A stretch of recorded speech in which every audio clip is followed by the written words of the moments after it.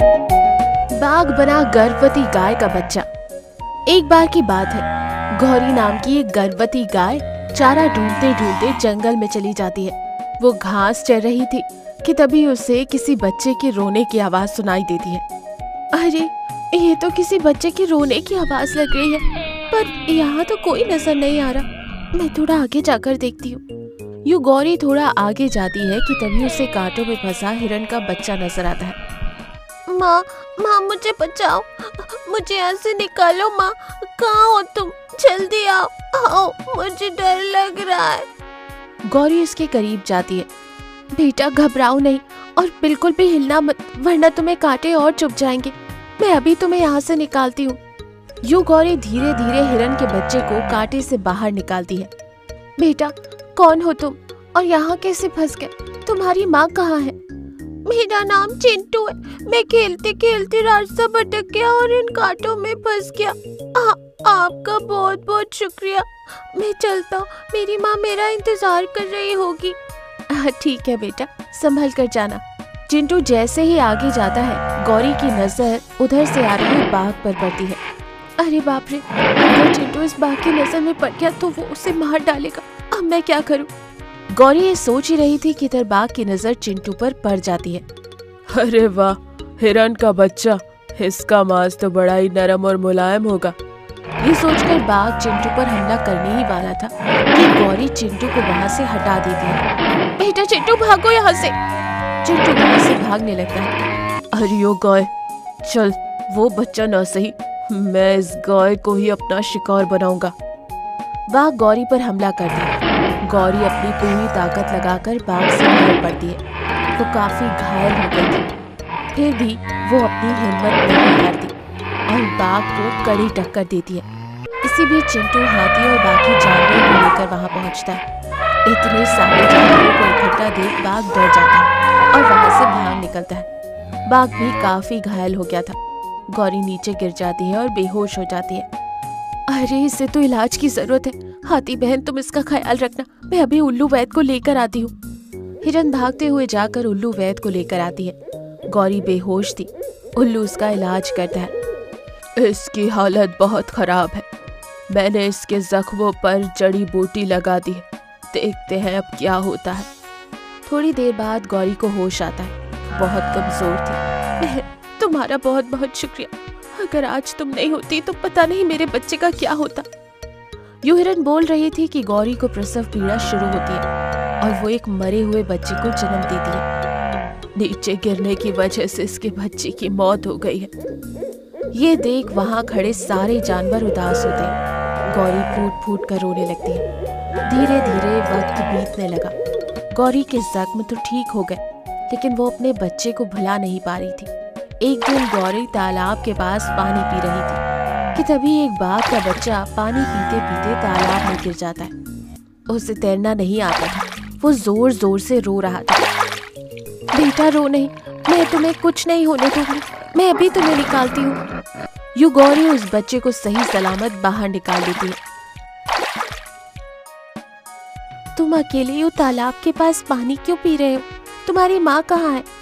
मेरी माँ मर गई है और मेरे पिताजी भोजन ढूंढने गए थे। मुझे बहुत प्यास लग रही थी तो मैं यहाँ पानी पीने आ गया। ये सुनकर गौरी उदास हो जाती है।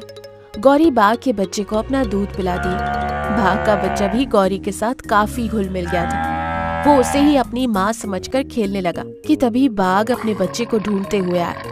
अपने बच्चे को गौरी के साथ देखकर, अरे ओ गौरी, तू मेरा कुछ बिगाड़ नहीं पाई इसलिए मेरे बच्चे को मारने आ गई। देख देख, छोड़ दे मेरे बच्चे को नहीं तो।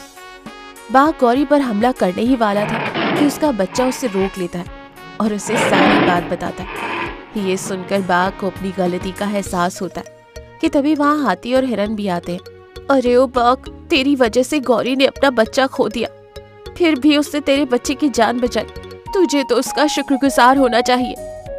गौरी, मुझे माफ कर दो, मैंने तुम्हारे साथ इतना बुरा किया, फिर भी तुमने मेरे बच्चे की जान बचाई। मैं तुम्हारा यह एहसान जिंदगी भर नहीं भूलूंगा। तभी बाघ का बच्चा कहता है, क्या मैं आपको माँ कहकर बुला सकता हूँ? ये सुनते ही गौरी की आंखों में खुशी के आंसू आ गए। और वो उस बच्चे को प्यार से चाटने लगी। यूं गौरी बाघ के बच्चे की माँ बनकर उसके साथ खुशी खुशी जीवन गुजारने लगी।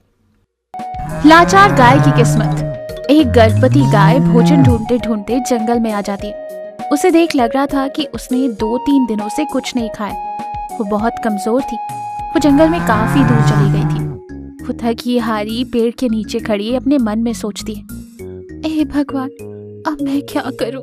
मेरा बच्चा भी भूखा है और इतना ढूंढने के बाद भी मुझे कहीं घास नहीं मिली। वो यूं सोच ही रही थी कि तभी उधर से गुजर रहे हाथी और हिरन गौरी को देखकर कहते, तुम जंगल में कैसे? तुम्हें देखकर तो नहीं लगता कि तुम इस जंगल की हो या आवारा गाय हो। हाँ, मेरा नाम गौरी है। मैं पास के गांव में रहती थी। मैं दूध नहीं दे रही थी तो मेरे मालिक ने तंग आकर मुझे घर से निकाल दिया। मैंने 2-3 दिन से कुछ नहीं खाया। घास ढूंढते ढूंढते यहाँ तक आ गई। अरे, ये खूंखार जानवरों का इलाका है और ऊपर से रात होने को है। तुम्हारे भोजन का तो पता नहीं, पर तुम और तुम्हारा बेटा किसी का भोजन बन जाएंगे। इससे पहले ही तुम यहाँ से चली जाओ। वैसे मुझे जो कहना था मैंने कह दिया। चलो हाथी बहन, हम चलते हैं। ये कहकर हाथी और हिरन वहाँ से चले जाते। हिरन सही कह रही थी, मुझे जल्द से जल्द यहाँ से जाना होगा। बेचारी गौरी डर के मारे धीरे धीरे वापस गांव की ओर बढ़ रही थी कि तभी उधर से गुजर रहे भेड़िए की नजर गौरी पर पड़ती। आज तो मजा ही आ गया। इस गाय का शिकार कर आराम से खाऊंगा। ये सोचकर भेड़िया गौरी की ओर बढ़ रहा था कि गौरी उसे देख लेती है और वहां से भागने लगती है। अब मैं क्या करूं? कोई मेरी मदद करो। भेड़िया उसके पीछे था। गौरी भागते हुए जाकर गहरी झाड़ियों में फंस जाती। उसके पूरे शरीर में कांटे गुप जाते और वो दर्द के मारे तड़प रही होती। वो वहां से निकलने की कोशिश करती, पर देखती है कि भेड़िया उसके बहुत करीब आ गया। अपने मन में सोचती, अरे बाप रे, ये भेड़िया तो यहीं आ रहा है। अगर मैं बाहर निकली तो ये मुझे खा जाएगा। मुझे कुछ देर और यही इन कांटों को बर्दाश्त करना होगा। बेटा, थोड़ा संभल लो। कुछ ही देर की बात है। अगर हम इन कांटों में रहे तो भेड़िया हमें कुछ नहीं कहेगा। दर्द के मारे उसकी आंखों से आंसू बह रहे थे, फिर भी वो चुपचाप उन कांटों में खड़ी रहती है। इधर भेड़िया काफी देर तक गौरी को ढूंढता है। अरे, ये गाय पलक झपकते ही कहाँ चली गई? मरी नहीं तो इसकी किस्मत अच्छी है। ऐसे यहाँ खड़े खड़े अपना वक्त बर्बाद करने से अच्छा है कि मैं दूसरा शिकार ढूंढ लूं। ये सोचकर भेड़िया वहां से चला जाता है। भेड़ियों को वहां से जाता देख गौरी चैन की सांस लेती और झाड़ियों में से बाहर आती। कांटे चुभने के कारण वो बहुत घायल हो चुकी थी।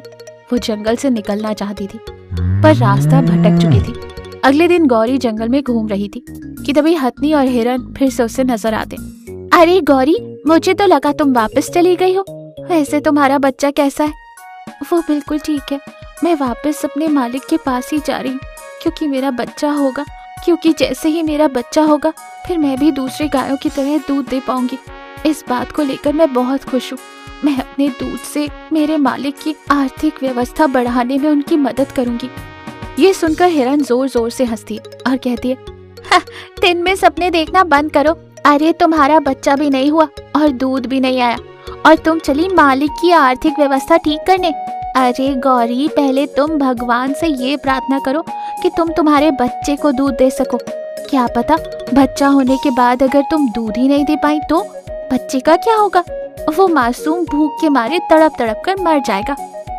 ये सुनकर गौरी को बहुत दुख होता है। वो बिना कुछ कहे आंखों में आंसू लिए वहां से चली जाती। तुम्हें ऐसा नहीं कहना चाहिए था। हिरन भी चुपचाप वहां से चली जाती। इधर कुछ दूर जाते ही गौरी को प्रसव पीड़ा शुरू हो जाती। वो एक प्यारे से बच्चे को जन्म देती है। वो अपने बच्चे को देखकर बहुत खुश थी। वो उसे चाटने लगती है। बछड़ा भूख से रोते हुए अपने माँ के पास जाकर दूध पीने की कोशिश करता है, पर उसमें दूध नहीं था। बच्चा भूख से रो रहा था। ये देख गौरी कहती है, हे भगवान, अब मैं क्या करूं? मैं अपने बच्चे को तो यूं तड़पता नहीं देख सकती। भगवान, अगर तुझे मुझ जैसी लाचार की किस्मत में यही लिखना था तो मुझे माँ क्यों बनाया? इससे अच्छा था कि मैं मरी जाती। यूं वो फूट फूट कर रोने लगती है कि तभी वहाँ भेड़िया आता है और भेड़िए को देख गौरी के पैरों तले जमीन खिसक जाती। वो डर के मारे कांपने लगती है। एक तरफ बच्चा भूख से रो रहा था और दूसरी तरफ भेड़िया। कल तो तू बच गई, अब तुझे मुझसे कोई नहीं बचा पाएगा। मैं तुझे और तेरे बच्चे दोनों को खा जाऊंगा। देखो, मेरे बच्चे पर रहम करो, उसने अभी अभी जन्म लिया, बेचारे को दूध भी नहीं दे पा रही हूँ मैं, वो भूखा है। भेड़िया गौरी की एक नहीं सुनता। ठीक है, शायद भगवान की यही मर्जी, तुम पहले मुझे खा लो और फिर मेरे बच्चे को खा लेना, क्योंकि मैं अपने जीते जी अपने बच्चे को मरता हुआ नहीं देख सकती। ये सुनकर भेड़िया जोर जोर से हंसने लगता है और वो गौरी पर हमला करने ही वाला था कि वहाँ हथनी अपने झुंड को लेकर आती है और भेड़िए को रोकते हुए कहती है, अरे ओ भेड़िए, तेरे लिए यही अच्छा होगा कि तू गौरी और उसके बच्चे को छोड़कर यहाँ से चला जा, नहीं तो तेरी खैर नहीं। भेड़िया हाथियों के झुंड से नहीं लड़ सकता था, उन्हें देखकर वो डर जाता है और वहाँ से भाग जाता है। इधर गौरी को एहसास होता है कि उसके थन में दूध आने लगा। वो झट से अपने बच्चे के पास जाती है और उसे जी भरकर दूध पिलाती है। अपनी बहन, मैं तुम्हारा यह एहसान जिंदगी भर नहीं भूलूंगी, तुम्हारा बहुत बहुत शुक्रिया। गौरी, हम तुम्हें और तुम्हारे बच्चे को ये जंगल पार करा देंगे, तुम अपने बच्चों को लेकर वापस अपने मालिक के पास चली जाना, तुम लोगों का इस जंगल में रहना खतरे से खाली नहीं है। ये कहकर हथनी और उसका झुंड गौरी और उसके बच्चे को जंगल पार करा देते हैं।